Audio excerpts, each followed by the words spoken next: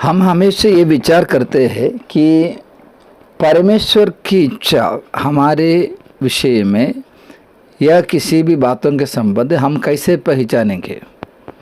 उसके लिए किसके पास जाऊं, किससे मिलूं।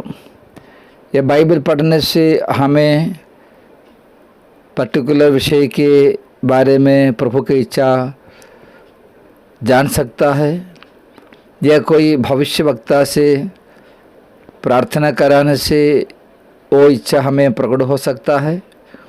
इस प्रकार के कई विचार हमारे मन में आ सकते हैं। परमेश्वर के वचन इस विषय में क्या कहता है। ब्लेसिंग वर्ड में आप सबको मैं स्वागत करता हूँ प्रभु यीशु के नाम से। रोमियो के पत्र 12 अध्याय का 1 से लेकर के प्रभु के दास पौलुस कहते हैं, इसलिए हे भाइयों, मैं तुमसे परमेश्वर की दया स्मरण दिलाकर विनती करता हूँ कि अपने शरीरों को जीवित और पवित्र और परमेश्वर की भावता बलिदान करके चढ़ाओ, यही तुम्हारी आत्मिक सेवा है। इस संसार के स्तर से ना बनो, परंतु तुम्हारे मन की नए हो जाने से तुम्हारा चाल चलन भी बदलता जाए, जिससे तुम परमेश्वर की भली और भावती और सिद्ध इच्छा अनुभव से मालूम करते रहो।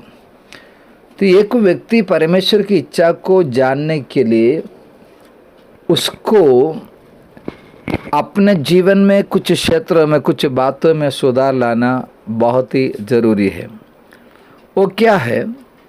तो तुम्हारे शरीरों को, हमारे शरीर, हमारे प्राण, हमारी आत्मा, ये सब मिल कर के हम जब परमेश्वर के सामने एक समर्पण के अनुभव में लेके आते हैं, जीवित और पवित्र परमेश्वर का भावता बलिदान करके, तो सही समर्पण करने से क्या हो जाते हैं, हमारे मन की बदलाहट हो जाते हैं। मन की नया हो जाने से प्रतिदिन हमारे मन में परिवर्तन होना है, मन फिराव की ज़रूरत है।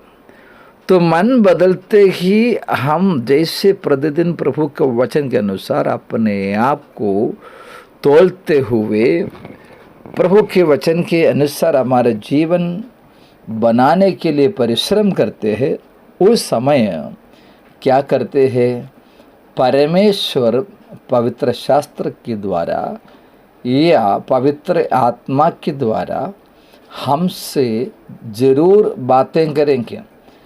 किस बात के विषय में है?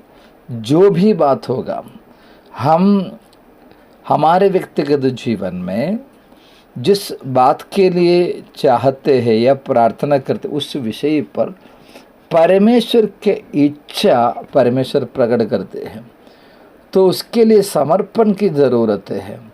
आज विश्वासी समाज में सबसे एक समस्या हर एक व्यक्ति में ये देख सकते हैं, हम वचन तो बहुत जानते हैं, लेकिन जो जानते उसके अनुसार का एक समर्पण हमारे जीवन में नहीं है।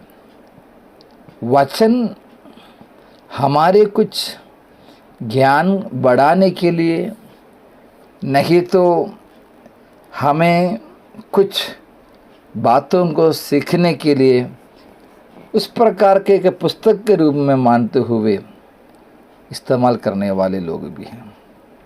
उनके बीच में मन के नया करते हुए प्रभु के वचन के अनुसार अगर आगे चलते हो, परमेश्वर हमसे अपनी इच्छा जरूर प्रकट करेंगे। शाऊल पुराना नियम के इस्राएल के पहला राजा, परमेश्वर की इच्छा जानने का कोशिश तो की है, लेकिन परमेश्वर बातें नहीं की। क्यों? शाऊल परमेश्वर को कब से छोड़कर अपने मनमर्जी से जीने लगा। लेकिन दाऊद परमेश्वर के सामने अपने आप को नम्र किया, अपने जीवन में गलतियों को करने से उससे मन फिर आया, तब परमेश्वर ने दाऊद से बातें किया, अगुवाई दिया, प्रभु की इच्छा प्रकट किया। नया नियम पौलुस के सभागाई में भी है, हम देखता है। तो परमेश्वर चाहते हैं प्रभु की इच्छा को मालूम करते हुए हम आगे जिए।